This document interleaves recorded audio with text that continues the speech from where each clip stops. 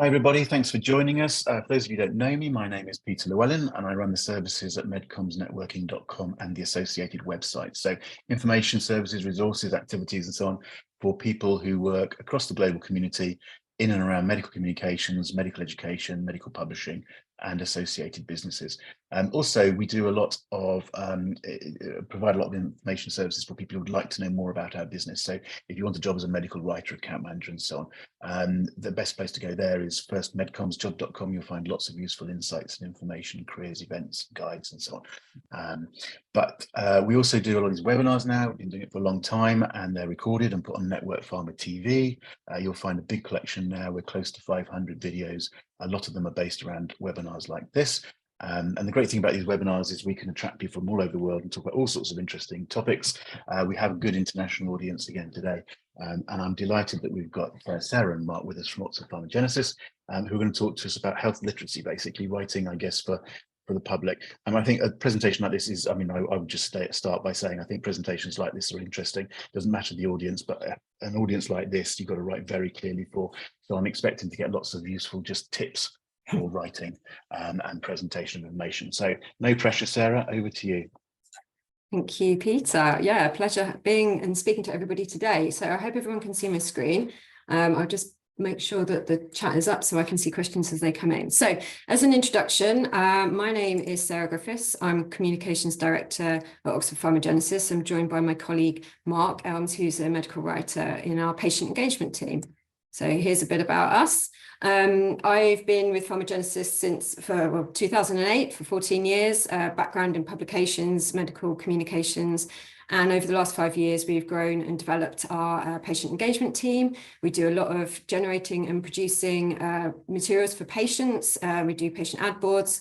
And within the team, we have a passion for plain language. We say it as it is and we communicate it as it is. So yeah, Mark, a little bit about yourself. Yeah, so I'm Mark. I've recently joined. I've joined Oxford PharmaGenesis, and I've nearly been here for a year now as an associate medical writer.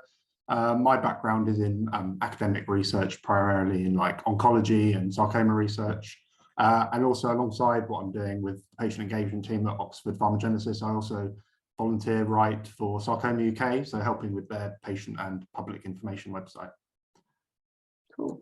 So we've got quite a lot to cover today, but we're going to rattle through it and hopefully focus on the things which are useful, relevant tips and tricks for writing in plain language. But what we really wanted to do first is set the scene quickly as an explainer about what is health and digital literacy and why is it important, because I think it's always useful to understand the rationale for what we do.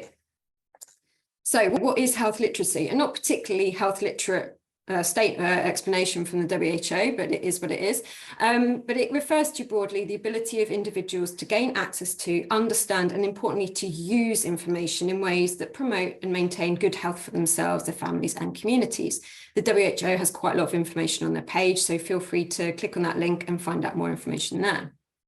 Digital literacy is a relatively newer concept, obviously, and it's the ability to find and use information online and to evaluate, create, and communicate, which requires both cognitive and technical skills. And there is an overlap between health and digital literacy. Health literacy is also situational. It changes. Some people may have good health literacy at one given point, but then they may not in others. So it's quite a few different concepts that go into it. But why is it important? Mark's just going to quickly cover this, which is the key bit. Yeah, so several studies have basically shown that poor and ill health are strongly correlated with a poor health literacy.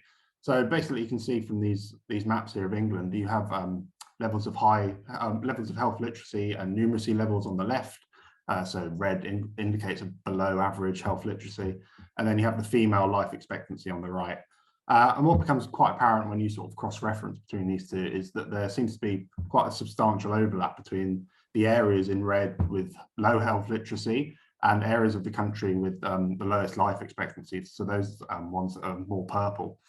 So basically such areas such as the northwest of England and the northeast of England, and even quite specific areas of the country such as Great Yarmouth. It's sort of in my home county of Norfolk on the right here. Next slide, please. So why is health literacy important? So these can have consequences basically for the individuals themselves as well as societal populations as a whole. So individual consequences include issues such as worse health, difficulty managing medication, a higher hospitalization rate and a higher mortality. And then when considering the population as a whole, poor health literacy translates into a higher financial burden for healthcare systems. So this ties in with improved health literacy being a must to improve diversity, equity, inclusion and accessibility in healthcare. So for instance, the UK government identifies 5 key populations with disproportionately low or inadequate health, which are listed here. So disadvantaged socioeconomic groups all the way down to people living with a disability. Next slide, please. So similarly, why is digital literacy important? So the adults with low health literacy are very likely to be the same ones with low digital literacy. So people with low health literacy are much less likely to have access to the internet or use it very infrequently to gather health information. So in fact, as you can see from the pie chart at the bottom in orange and red, a large proportion of people in the EU hardly or never use the internet to find health information. And this divide has only basically been exacerbated in the last few years thanks to COVID, where more and more health information has shifted onto digital and social media platforms. So again, the levels of health literacy do differ across the world, but a common thread is that large chunks of the adult population don't have adequate health literacy skills. So for instance, in the UK, more than 60% of UK adults are unable to understand basic health information. In the EU, if you click the next bit, Sarah, health literacy levels across the EU differ, but even in the most health literate country in the EU, so the Netherlands or Holland, nearly 30% of the general public will still have problematic health literacy. Again, this trend continues in the States with only 12% having proficient health literacy and 36% having limited health literacy. And these trends are very much similar to those seen in digital literacy as well. So current health information for people with poor health literacy can be very confusing. So for example, current labeling on packets of paracetamol means that 40% of UK adults aren't clear on the correct amount to give to their child. So take this, for example, your grandparent has been prescribed some antibiotics by their doctor for an ear infection, and the instructions on them say, take for a day, for a week, take 1 hour before food, wait 2 hours after eating before taking the pill. And the grandparent religiously eats breakfast at 7 AM, at lunch at 12:30, but they ask you whether they can have some cake at 3 PM. What do you say? What is the answer? So I've been making this presentation for a week and I'm still unsure of the answer. So if the answer isn't clear to you, then it's very likely to be unclear to the grandparent either. Next slide, please. So now I'll pass back on to Sarah to give some tips and tricks for creating health literate information. Great, thank you. And thank you, Lisa, for flagging about the references. Hopefully those will come up now on the bottom of the slide. So tips and tricks. To help those with lower health and digital literacy, we really must improve patient information, because otherwise it's just going to end up in the bin. And the biggest fallacy in communication is that communication has actually occurred. So how can we create better health literate information? There's a few different facets to this. One of the really important ones that you probably hear about quite a lot is about targeting the right reading age. We are very used to communicating between our peers and with HCPs, for instance, who are well educated. You kind of forget that a lot of people who you talk to understand complicated information, and you kind of get trapped there in thinking that that's how normal people communicate. They don't. If you want to get 85 to 93% of patients in the public to understand the information you're communicating, you need to target it between the ages of 11 to 13, 14 or so. So that's your teenage kids, your kids who are in older ages of primary school, which can be quite shocking for you when you're used to writing scientific publications. It's a real step down. It's like going from broadsheet newspapers to writing for the tabloid. So it's you kind of have to get used to writing, and practice is what I'd say. So health literacy best practices, some of these do's I'm going to run through. A lot of them is use simple language and avoid medical jargon. Just don't need the jargon. People just don't understand it. They gloss over it. It's just not needed in any sort of communication, I think. Use short sentences. So, you know, keep them sweet. You try and avoid using semicolons and long sentences, just really short. Use the active voice throughout instead of the passive voice. It's a lot more engaging. It's easier for people to understand. Try and break everything down into discrete short sections. Don't have big, long sections of text, big, long paragraphs, because it's hard to digest. Keep it short. Numerical information, again, try and keep this simple. Try and avoid really complicated fractions. You know, using phrases affects almost everyone, more than half or around 15%. Use nice whole numbers. It's easier to understand. Presenting risk, we're going to cover that more a little bit later.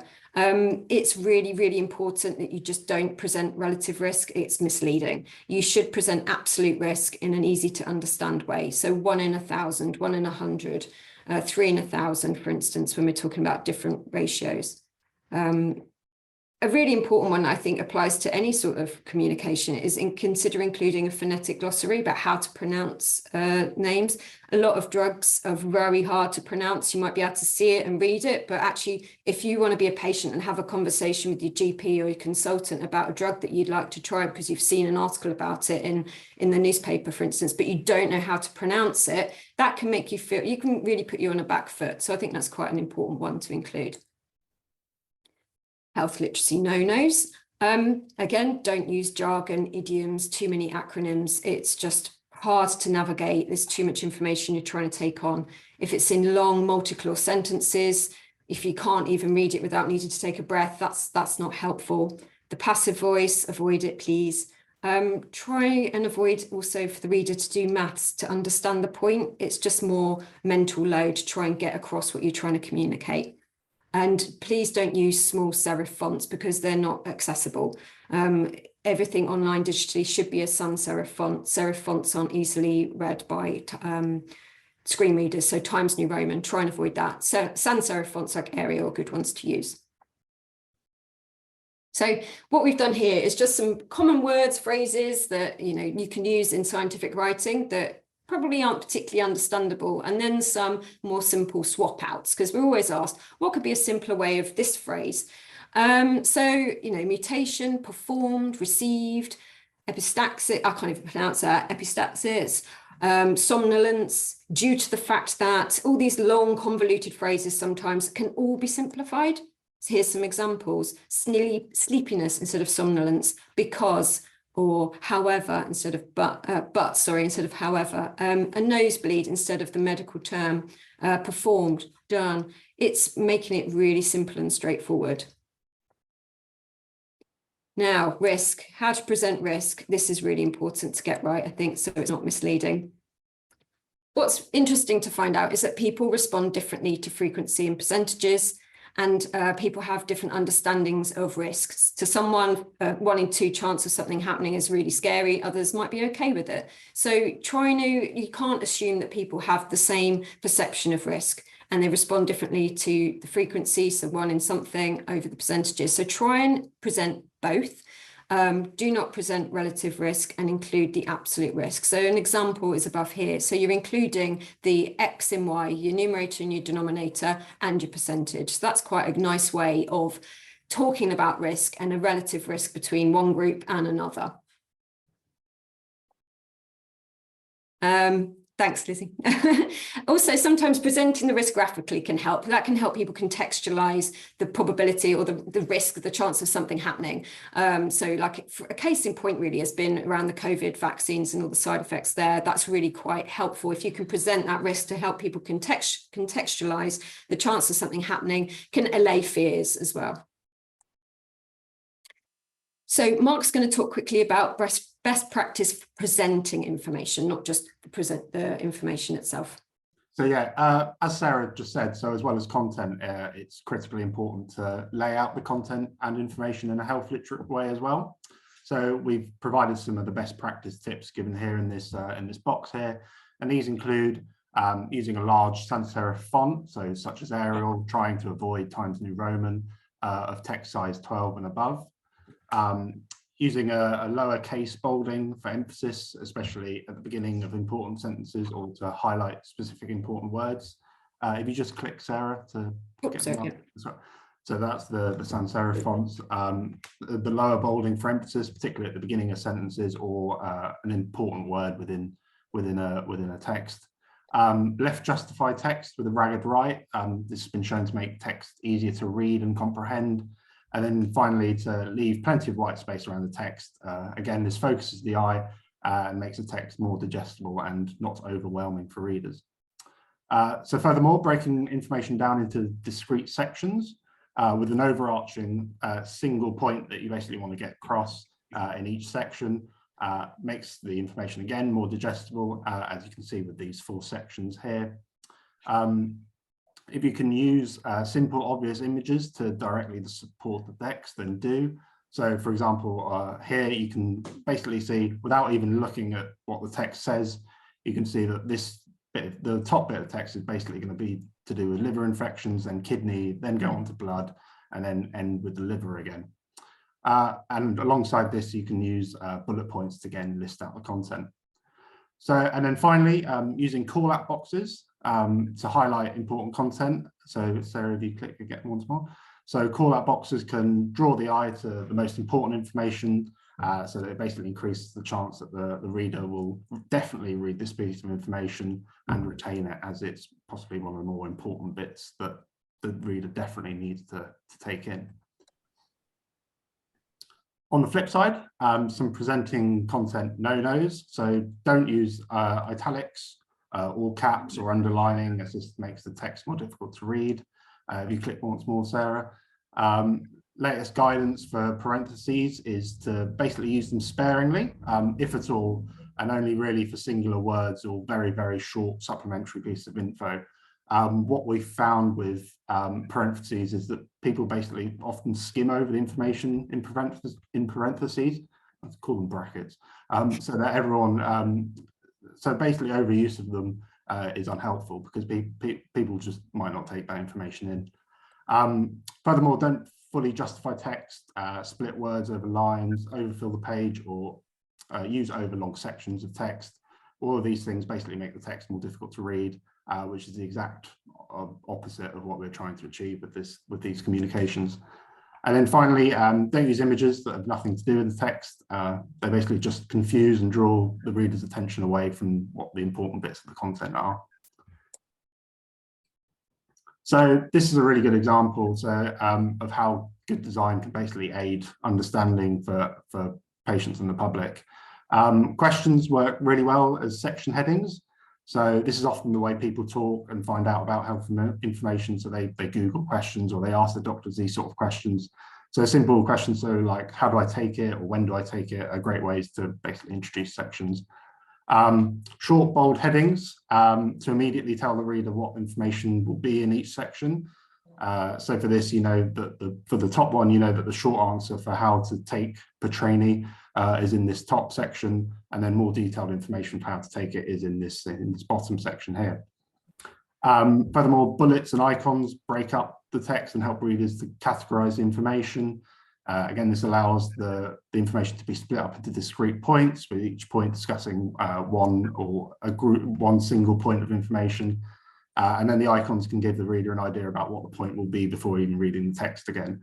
So for instance, the calendar will indicate duration, when to take the drug, and then things like cutlery will indicate whether you can take the drug with or without food, or and eating and drinking alongside the drug.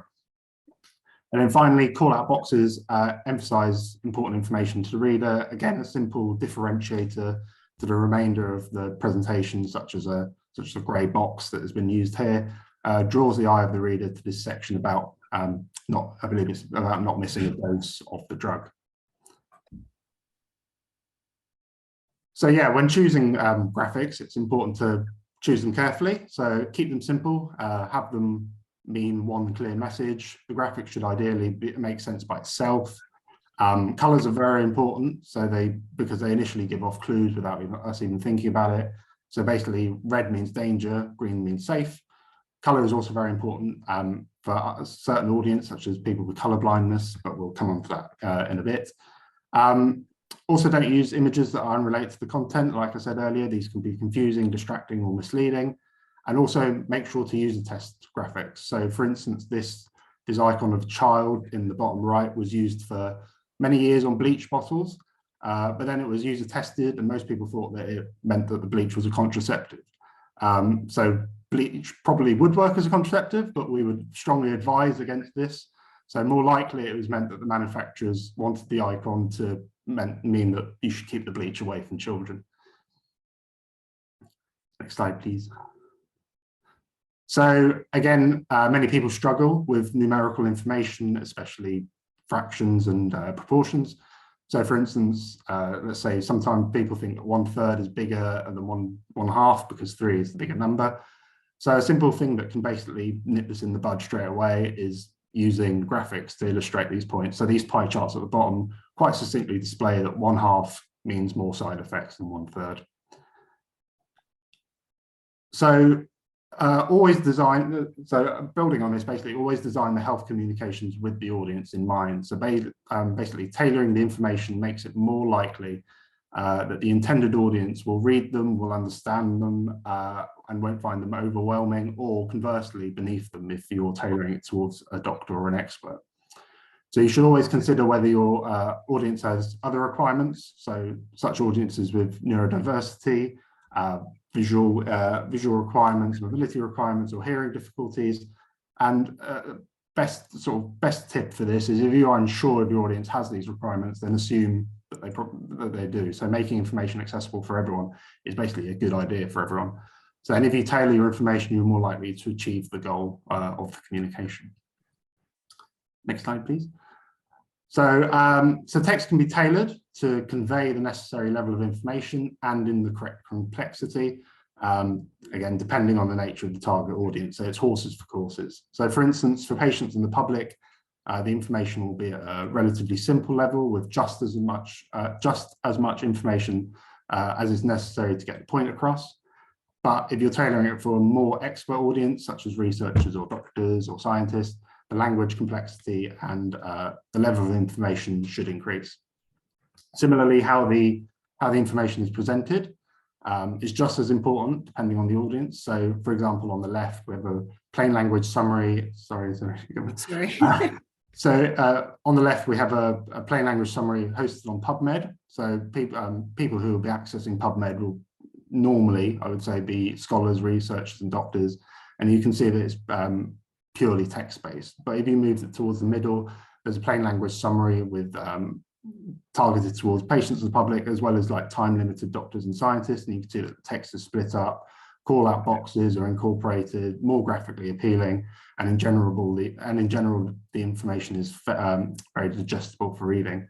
And then finally, on the right, we have a single-page plain language summary, primarily targeted at patients and the public.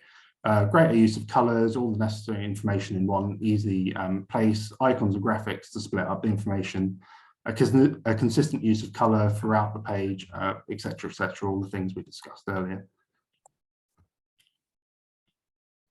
So neurodiversity is an important consideration as well to tailor your health communications. So a bit on neurodiversity, I'm sure most people are aware, but it's a concept that certain neurological traits are basically part of a normal human variation and not necessarily a condition or a disease.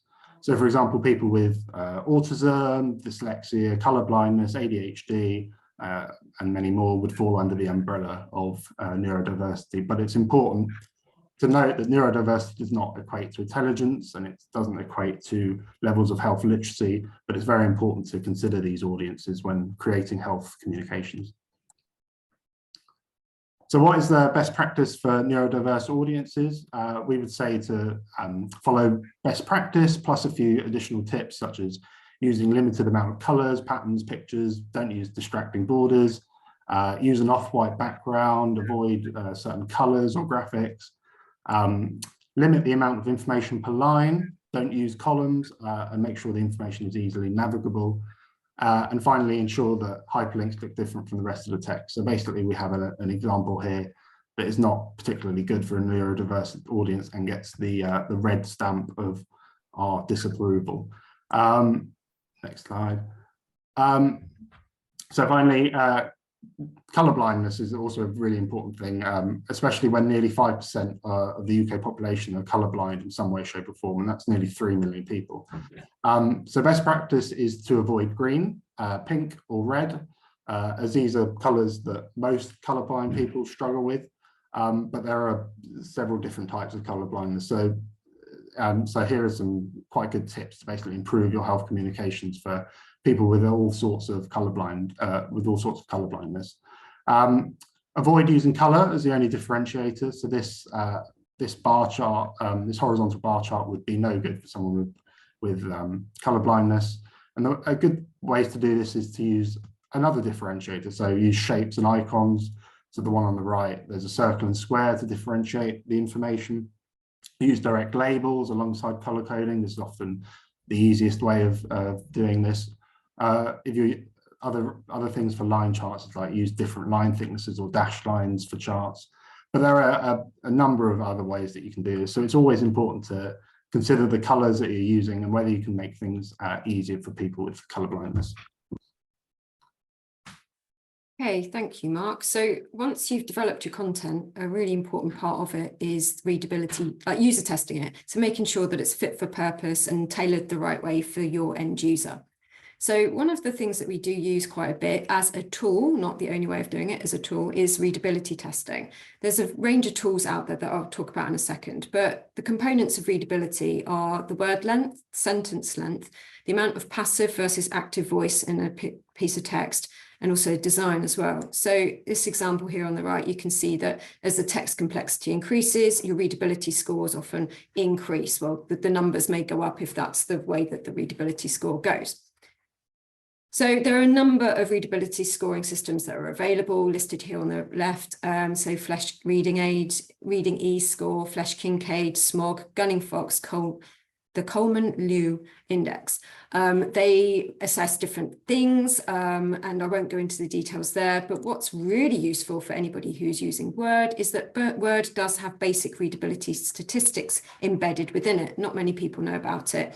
If you go into your settings, for when you're doing your spell check, you can tick the box to assess readability. So you run a spell check, and then at the end of that, the readability scoring comes up, which you can see here in this grey box in the middle, and it shows you the number of sentences, word length, and all these kind of features here on the left-hand side. But it also gives the Flesch Reading Ease score as well as the Flesch Kincaid grade level score as well. So that's really useful. I'm not sure if PowerPoint has readability stats as well, not something I've looked into. PowerPoint has its pros and cons, but normally when we generate content, we start in Word and user test it within the Word at the first stage.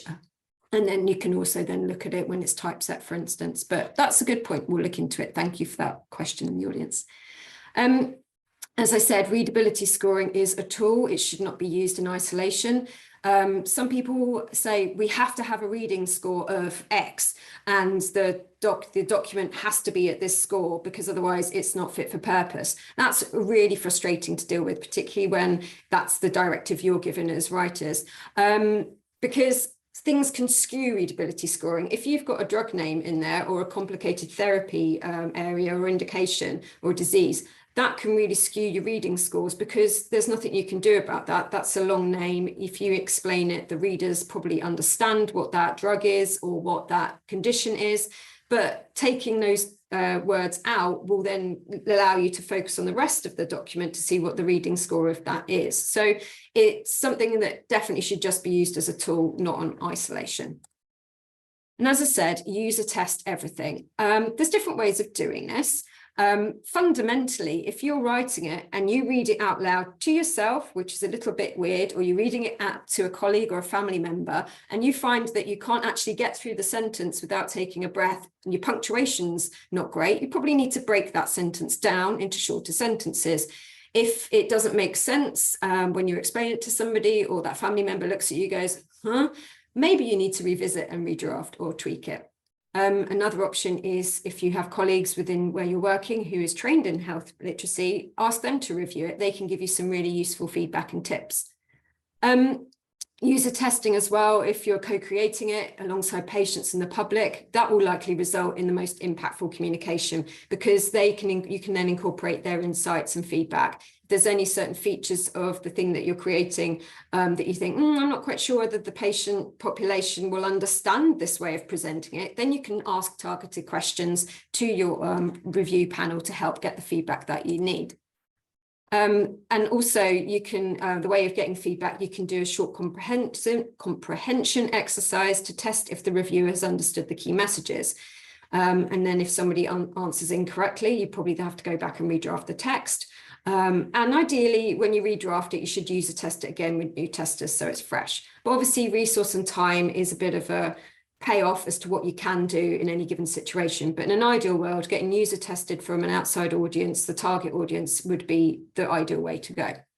So we have rattled through a lot of top tips. Thank you for bearing with us, and for a lot of the questions as well. We'll hopefully get to those in a minute. But we've compiled a list of some useful resources. There's quite a lot of dictionaries and glossaries out there that have terms that are in patient or public friendly language. The MRCT glossary, the EMA medical terms glossary, the NCI cancer dictionary. These are all really great resources. And there's also other resources online from the NHS, the Health Literacy Online, and also in the UK, we really find the PIF training and their how-to guides really, really helpful for health literacy training as well. So thank you very much for listening. I think we've had a fair few questions and comments come in, but if anybody else would like to submit any other questions, that would be wonderful.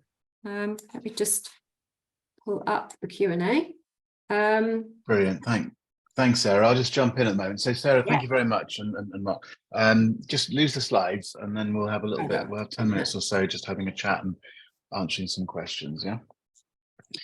You did, as you say, cover an awful lot of ground there, and I'm also aware that you know, after talking to me yesterday, you culled your slides and your presentation a little bit. There's a lot, there's a lot more we could talk about here. So thank you very much, and I'm sure we've raised a lot of questions. I'll say now, I'll say at the end. I know you guys are very happy to to have people contact you, ask questions and so on. But I think we've given people some good things to think about. I was thinking as I was talking to you, listening to you talk. I mean, I think I'll have to listen to the video afterwards. I guess when I started introducing you, I think I made a little bit too much of, we'll get some good writing tips here. And of course, this is all about so much more than actually just the words. It's presentation and all sorts of things, which came through very well. And is one of the things that I get quite excitable about, actually. So thank you very much for all of that. Let's try and pick up some of these questions. I'm going to pick a couple of simple quickies just to get them out of the way, bearing in mind partly that we have potentially people watching this video later on. I think we did talk a little bit from a UK-centric point of view when we were talking about reading ages. And I know somebody answered the question in the chat, but just to clarify, I think you did talk in terms of school years when you were talking about reading age, and you were talking about year 7. Which somebody was asking about. So that translates into a sort of an 11-year-old type of age. Is that right? Yeah.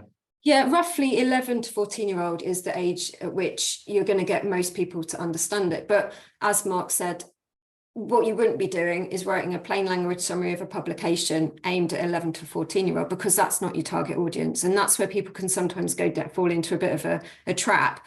You kind of have to think, who's your target audience? What should we be writing to?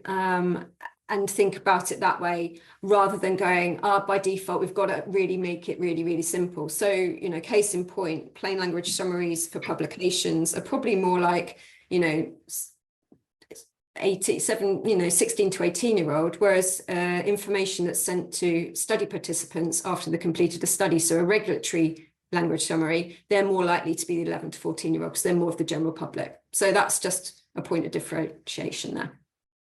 And it's an obvious point, but we are just making judgments, aren't we? Because, by definition, anybody can look at a PLS in theory if it's in the right place sort of thing, and it might well be attracting all sorts of other people.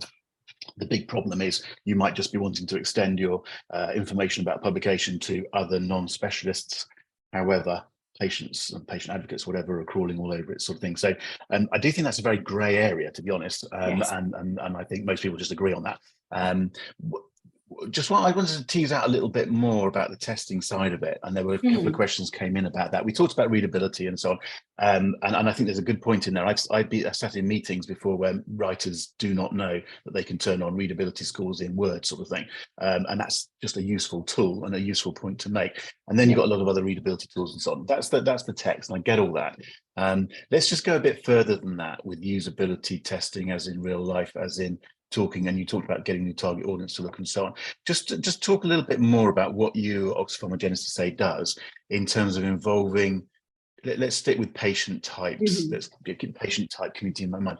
How much do you involve patients in advising, in reviewing, in helping author, in checking, in testing? And how do you, I mean, it sounds easy to go and get a couple of people to have a look at something, but there's a lots of techniques to go further than that. And I just wondered, how far do you go? And just talk to us a little bit about this, because I think this is a relatively new area. We've always possibly talked a bit about it, but not done very much. And now there's a lot of people who do go much further with all that sort of process. Can you just talk a bit more, give us some insights to what you're doing on a day-to-day basis? Yeah, I'd say it varies. So it really is sometimes at the behest of what the client can budget for and what we can fit into the resource. But in an ideal world, we'd want to get like a small group of patients to input at first draft, and then also later down the stage to review like a typeset version. So you're testing for the content, but you're also testing for the layout as well. We do work with summaries, like regulatory summaries, where we have a lay panel that will review things, draft stage. We also work with clients where we have a patient ad board, and part of that ad board would then be that the user tests the materials themselves. We've organised patient ad boards where we've developed a whole range of trial communications where we've got patients to literally look and review those, and we take on board the feedback and then change it. So it does vary. Within our team as well, we help support other teams within PharmaGenesis who are developing text-based plain language summaries, for instance. And because we've got the Centre of Excellence as such, and we're upskilling the rest of the company on plain language writing, we can review and input on that. It doesn't always make practical sense to get a patient panel to review a text-based plain language summary, for instance, because you don't have the time or the resource, and that's not the right target audience. So there's a myriad of ways, and I agree, it's quite complicated. So we kind of have to tailor it to what we're trying to get out of it. Hope that answers. Okay, Mark. Yeah, no, I think it makes us think a little bit about it, sort of thing. Yeah, and actively involving patients or the lay public, or is an easy thing to say. It's not necessarily quite so easy in practice, and it might be as simple as you say, there isn't the resource or the budget.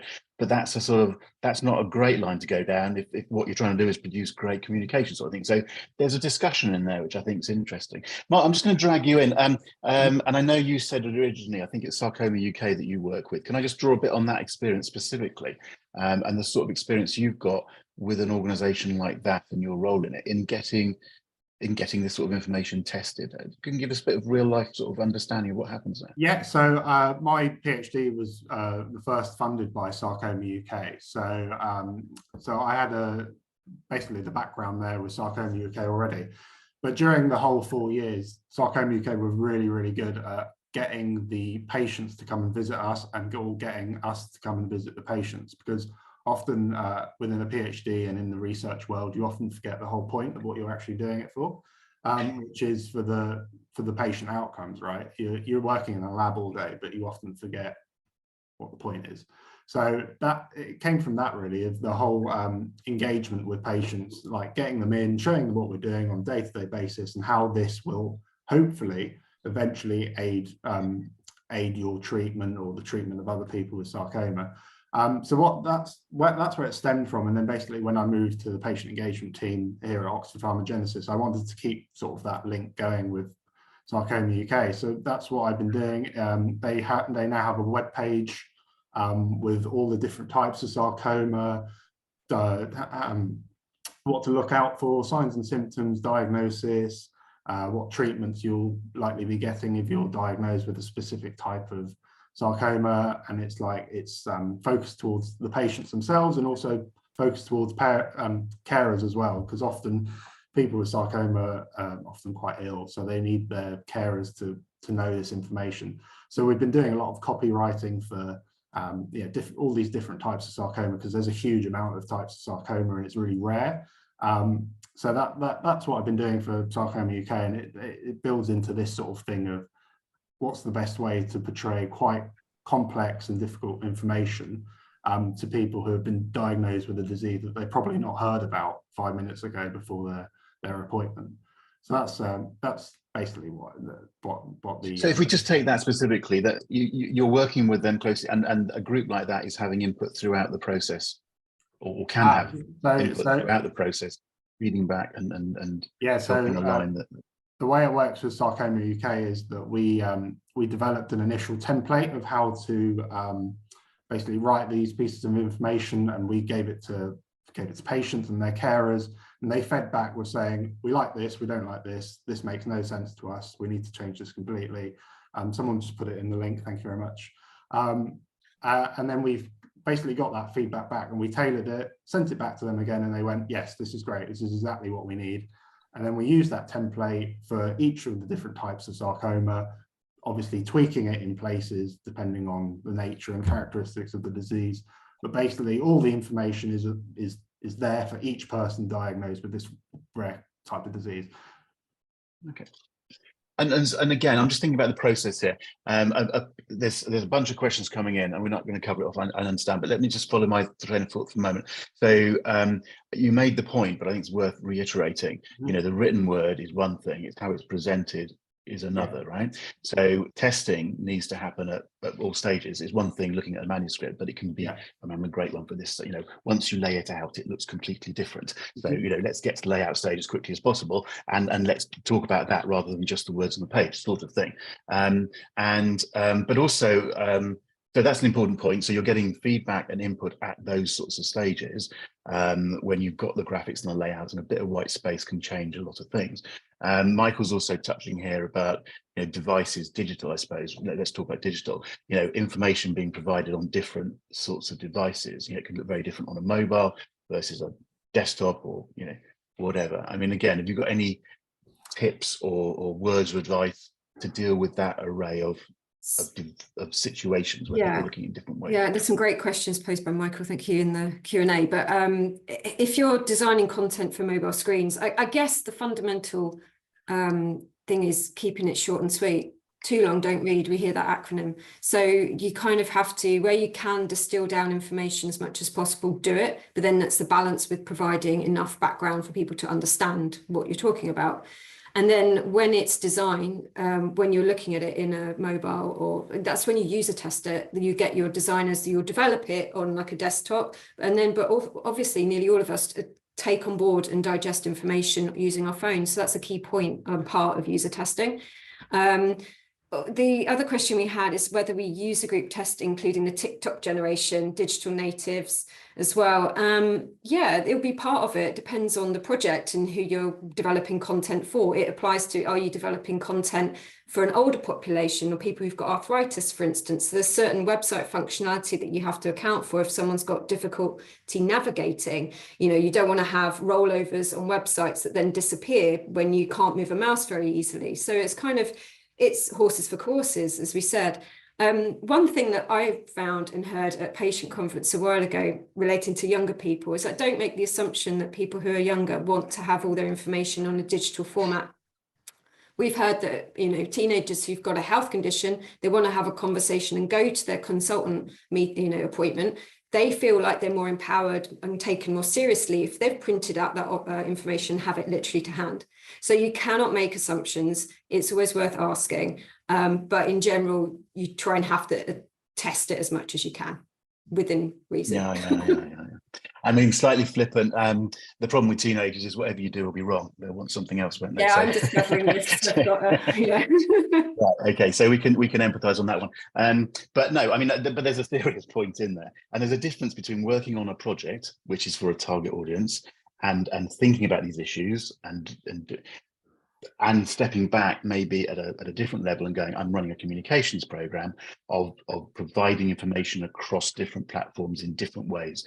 So, you know, some of what we're talking about here is not going to be entirely relevant to one specific project, but at an overall level, if you're trying to increase health literacy about X, you need to be thinking about these different things. And if that involves dancing on TikTok as well as everything else, then that's what you've got to do, sort of thing. Okay, we're over time as we expected. I'm going to draw a line there. I'm well aware there's questions and things we can come back to from the audience, but I'd like to draw the line there for the recording.